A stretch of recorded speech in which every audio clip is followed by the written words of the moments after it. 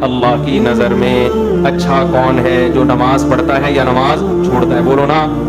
دیکھو ایک بات خوب اچھی طرح کھوپڑی میں بٹھا لو، اگر آپ اچھا بننا چاہتے ہو اللہ کی نظر میں، باقی ساری چیزیں ایک طرف، اللہ سب سے پہلے توحید کے بعد یہ دیکھتا ہے کہ بندہ نماز پڑھتا ہے کہ نہیں پڑھتا، باقی سب چیزیں بعد میں۔ کیونکہ الحم سے لے کے والناس تک قرآن جو اچھے لوگوں کی تعریف کرتا ہے نا، اس میں کہیں بھی ایسا نہیں ہے کہ اللہ نے اچھے لوگوں کی صفات بیان کی اور سب سے پہلے نمبر پہ نماز کا ذکر نہ کیا ہو۔ سمجھ میں آ رہی بات؟ دیکھو اچھا شہری کسے کہتے ہیں؟ آپ گورنمنٹ سے پوچھو، اچھے شہری میں سب سے پہلے کیا آئے گا؟ وائلنس ہی نہ پھیلاتا ہو، قوانین کی پابندی کرتا ہو، پھر ٹیکس دیتا ہو وغیرہ وغیرہ نا، تو کئی ساری صفات لکھی ہوں گی۔ تو اللہ جب کہتے ہیں نا میرے نیک بندے، ان میں سب سے پہلے اور سب سے زیادہ اہتمام سے اللہ جس صفت کو بیان کرتا ہے وہ کیا ہے؟ میرے نیک بندے نماز پڑھتے نہیں، نماز قائم کرتے ہیں۔ اس لیے یہ کسی کے دماغ میں اگر فطور ہے، معذرت کے ساتھ تھوڑا سخت لفظ استعمال کر رہا ہوں، یا خناس کا لفظ اور تھوڑا اچھا ہو جائے گا مناسب سا، کسی کے دماغ میں یہ خناس ہے، معذرت کے ساتھ تھوڑا سخت جملہ استعمال کر رہا ہوں، کہ وہ نماز پڑھے بغیر نیک بن سکتا ہے یا اچھا بن سکتا ہے، تو وہ اپنے دماغ کا بولو علاج کرو۔ میں اکثر ایک واقعہ بتاتا ہوں، خاتون کا فون آیا، میرے بھائی کا انتقال ہو گیا، بہت اچھا تھا، مجھے خواب آ رہا ہے کہ وہ جنت میں جا رہا ہے، اور خواب آ رہا ہے، میں نے کہا پھر تو امید ہے انشاءاللہ بہت اچھا ہوگا، تو بس آپ بھی دعا کر دیں، لیکن خواب تو بہت اچھے آ رہے ہیں اور بہت اچھا تھا، بہت ہی اچھا تھا۔ میں نے کہا کیسے بہت ہے؟ میں نے مجھے شاید کو بہت ہی اچھا ہوگا بھائی، اتنے اچھے تو آج کل اچھے ہوتے ہیں لیکن بہت زیادہ اچھے مارکیٹ میں ملتے نہیں ہیں، تو اس لیے میں نے مزید پوچھ لیا، میں نے کہا کیا مطلب، کیا کرتا تھا؟ بہت اچھا تھا، اس نے کہا لوگوں سے مسکرا کے بات کرتا تھا، کبھی کسی کا دل نہیں دکھایا۔ میں نے کہا بہت اچھا تھا۔ میں نے کہا نماز پڑھا؟ بس نماز نہیں پڑھتا تھا، بس نماز۔ ان کو تو میں نے نہیں کہا بیچاری کی میت ہوئی ہے دل خراب ہو جائے گا، میں نے کہا ان کو نہیں کہا، میں نے آپ کو کہہ رہا ہوں کہ ان کو مجھے یہ کہنا چاہیے محترم، یہ جو آپ کو خواب آ رہے ہیں جنت میں، یہ شیطانی وسوسے ہیں۔ آپ کہہ سکتے ہیں ہو سکتا ہے اللہ نے بخش دیا، دیکھو ہو سکنے کو تو دنیا میں سب بہت کچھ ہو سکتا ہے، الحم سے لے کے والناس تک جو قرآن بیان کر رہا ہے وہ ہے جو یقینی ہے، اور خواب یقینی وہی نہیں ہے، تو اس یقینی کے مقابلے میں غیر یقینی کو ہم کیسے چھوڑ دیں؟ یعنی غیر یقینی کے مقابلے میں ہم یقینی کو کیسے چھوڑ دیں؟ یہ تو اپنا تخیل بھی ہو سکتا ہے۔ میں نہیں کہہ رہا کہ اللہ نے اس کو جہنم میں بھیجا، یہ تو اللہ ہی بہتر جانتے ہیں۔ بے نمازی کے لیے اللہ نے قرآن میں کہیں بھی رحمت کا، مغفرت کا تذکرہ بولو نہیں کہ ایک حدیث سنا کے بیان ختم کرتا ہوں۔ نبی صلی اللہ علیہ وسلم نے فرمایا جب جہنمی جہنم میں چلے جائیں گے، جنتی جنت میں چلے جائیں گے، تو جنتیوں میں جو رشتہ دار جن کے جہنم میں ہوں گے نا، جنتی اللہ سے سفارش کریں گے ان رشتہ داروں کے لیے، اور سفارش میں یہ الفاظ کہیں گے، اے اللہ ہمارے کچھ مسلمان کانوا یصلون معنا، جو ہمارے ساتھ مسجدوں میں نماز بھی پڑھتے تھے، ویصومون معنا، ہمارے ساتھ رمضان کے روزے بھی رکھتے تھے، لیکن آج اپنے گناہوں کی وجہ سے وہ جہنم میں ہیں، ان کو نکال لیں۔ کیا مطلب؟ یہ تو ہے ہی نہیں کہ نماز نہیں پڑھتے تھے، بھائی مسلمان تھے تو نماز تو تھا ہی، لیکن اور کچھ خرابیاں تھیں جن کی وجہ سے سزا مل رہی ہے۔ کہیں بھی قرآن میں اس کا تذکرہ نہیں ہے کہ بے نمازی ہو اور جنت میں ہو۔ سمجھ میں آ رہی ہے بات کہ نہیں آ رہی؟ میں کسی پہ جہنم کا فتویٰ نہیں لگا رہا، یہ تو اللہ کا کام ہے کس کو جنت دے۔ قانون اور ضابطہ یہی ہے کہ بے نمازی کے لیے جنت نہیں ہے، یہ اسلام کی پہلی علامت ہے نماز۔ آپ کو پڑھنی پڑے گی، چاہے آپ دل سے خوش ہو یا نہ ہو، آپ کو اور جماعت سے پڑھنی پڑے گی آپ کو۔ تو یہ وہ حق کا راستہ ہے جس میں سب سے پہلے شیطان رکاوٹ ڈالتا ہے، اور اس کے بعد آپ کا اپنا نفس، اور تیسرے نمبر پہ کلچر۔ ہر حق میں 3 رکاوٹیں کھڑی ہوتی ہیں، تو نماز بھی حق کا راستہ ہے یا نہیں ہے؟ اللہ کہتے ہیں میں نے پیدا کیا، میں صبح شام رزق دیتا ہوں، تو میرے گھر پہ آ کے حاضری کیوں نہیں دیتے؟ اور ہر دفعہ اعلان کروایا جا رہا ہے حی علی الصلاۃ، حی علی الصلاۃ۔ کسی حکم میں ایسی اناؤنسمنٹ دیکھو، رمضان کا اعلان ہلال کمیٹی کی طرف سے ہوتا ہے، خدا کی طرف سے بولو نہیں ہوتا۔ اللہ نے کوئی ورڈنگ نہیں بتائی کہ یہ نہ۔ زکوٰۃ کا اعلان کسی کی طرف سے بھی نہیں ہوتا، اسٹیٹ بینک ایک اناؤنسمنٹ کر دیتا ہے کہ چاندی اتنے روپے تولے اور فرسٹ رمضان کو زکوٰۃ لڑ جائے گی۔ اللہ کی طرف سے اناؤنسمنٹ کا کوئی انتظام بولو نا یار نہیں ہے۔ ماں باپ کے حقوق، ان کے ساتھ حسن سلوک فرض ہے، لیکن اللہ کی طرف سے کوئی یاد دہانی مسلسل قرآن میں اللہ نے لکھ دیا، بس الگ سے اناؤنسمنٹ نہیں ہے۔ حج کی الگ سے اناؤنسمنٹ ہے کوئی؟ اللہ کی طرف سے۔ نماز واحد حکم ہے۔ فجر میں اللہ نے مؤذن کو کہا کہ اعلان بھی کرو زور سے، اونچی آواز سے، اور ورڈنگ بھی تمہاری نہیں ہوگی، جو الفاظ میں بتاؤں گا ان الفاظ میں لوگوں کو بلانا ہے۔ ایسا نہ تم اپنے الفاظ میں کہو لوگ اس کو تمہاری دعوت سمجھیں گے, لوگ مولوی صاحب کا بیان سمجھیں گے اس کو, لوگ کہیں گے مولوی صاحب نصیحت کر رہے ہیں. اگر اللہ مؤذن کو اجازت دیتے تھے بھائی لاؤڈ اسپیکر پہ کھڑے ہو کر لوگوں کو یاد دہانی کراؤ افضل طریقے سے کہ لوگوں نماز کے لیے آ جاؤ, لوگ اس کو اللہ کا بیان سمجھتے یا مؤذن کا, کہتے یار یہ اپنا ہے. اللہ نے کہا نا نا نا نا نا, جو الفاظ میں نے بتائے ہیں ان میں ایک لفظ بھی دائیں بائیں 4 دفعہ اللہ اکبر کہنا ہے, 5 دفعہ نہیں, 3 دفعہ نہیں, اللہ اکبر ہی کہنا ہے, اللہ کبیر نہیں کہنا, اللہ اعظم نہیں کہنا, اشہد ان لا الہ الا اللہ کہنا ہے.